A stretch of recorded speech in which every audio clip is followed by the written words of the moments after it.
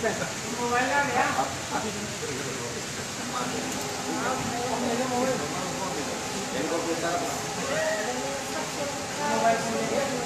जीत में इनका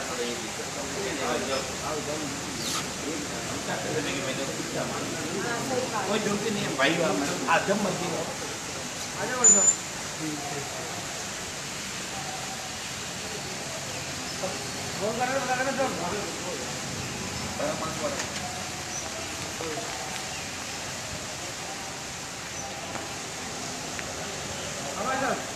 बारह और बांसवाड़ा के अंदर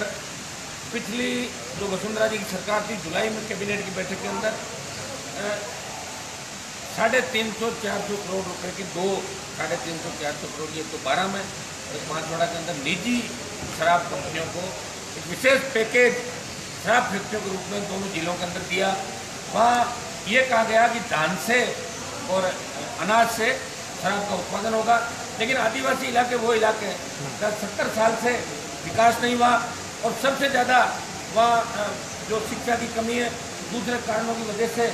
शराब उन इलाकों के अंदर लोग ज़्यादा शराब पीते हैं, शराब तस्करी भी जो होती है उन इलाकों के अंदर ज़्यादा जाती है। तो मैंने ये मांग करी कि जो वसुंधरा जी की सरकार ने जो शराब या शराबी सरकार मानी जाती थी, नारे लगते थे 8 PM नो CM, सूर्य वसुंधरा मस्त, मैंने ये मामला उठाया। इस दोनों जो कंपनियों को वह शराब फैक्ट्री बनाने के जो जमीन का विशेष पैकेज दिया, जमीन अलॉट की, उनको निरस्त करे और आदिवासी महिलाएं जो पिछले 7 महीने से लगातार वहाँ धरने दे रही है, आंदोलन कर रही है, हमें इस राजस्थान को बचाना है, संपूर्ण शराबबंदी राजस्थान के अंदर लागू हो। गुलशन जी छाबड़ा जो भारतीय जनता पार्टी के थे, उनकी मौत हो गई। मैंने ये भी कहा कि राजेंद्र राठौड़ और अरुण चतुर्वेदी अगर समय पर उनसे वार्ता करते, उनकी मौत नहीं होती। इन पर आपराधिक मुकदमा भी दर्ज होना चाहिए 306 के अंदर, जिनकी वजह से गुलशन छाबड़ा को अपने प्राण देने पड़े। और पूर्ववर्ती सरकार जो शराब के मामले में बदनाम हो गई, राजस्थान की जो नई सरकार है तो गांधी जी को अपना आदर्श मानती है, तो गांधी के आदर्श वाली कांग्रेस की सरकार संपूर्ण शराबबंदी राजस्थान के अंदर बंद करके देश के अंदर एक संदेश दे और दोनों फैक्ट्रियों के लाइसेंस जो दिए, दोनों फैक्ट्रियों को विशेष पैकेज दिया, उसे निरस्त करके राजस्थान के जवानों को नई दिशा में गायों का भी गायों का गौवंश का मुद्दा भी उठाया। मंत्री ने कहा आवारा पशु घूमते हैं, उस पर विवाद भी हुआ। देखिए, गायों के मामले के अंदर तो दोनों ही सरकारें,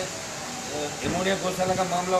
उसमें लाखों गाय 15 साल के अंदर हिमोनिया गौशाला के अंदर मर गई थी, लोग गए थे, बातें जरूर करते हैं, लेकिन गौ माता के लिए आज भी विशेष योजनाएं कोई भी सरकार नहीं लेते। दिल्ली में बीजेपी की सरकार है या कांग्रेस की सरकार है, अभी इनको 1 महीना में बने हुए, तो गौ माता का रक्षा कैसे हो, इस मामले में सरकार को संवेदनशीलता से काम करना चाहिए। और आवारा पशु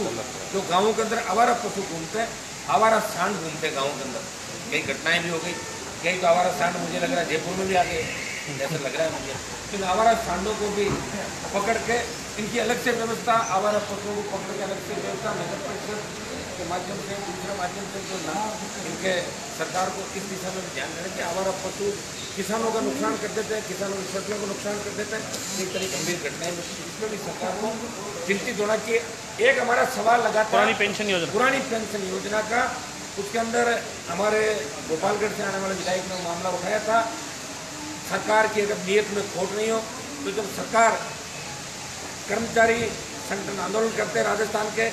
तब सरकार ने उन्हें आश्वस्त किया कि पुरानी पेंशन योजना को अगर कांग्रेस सरकार के अंदर आई तो उसे लागू करेगी, चाहे कितना ही वित्तीय भार बढ़े,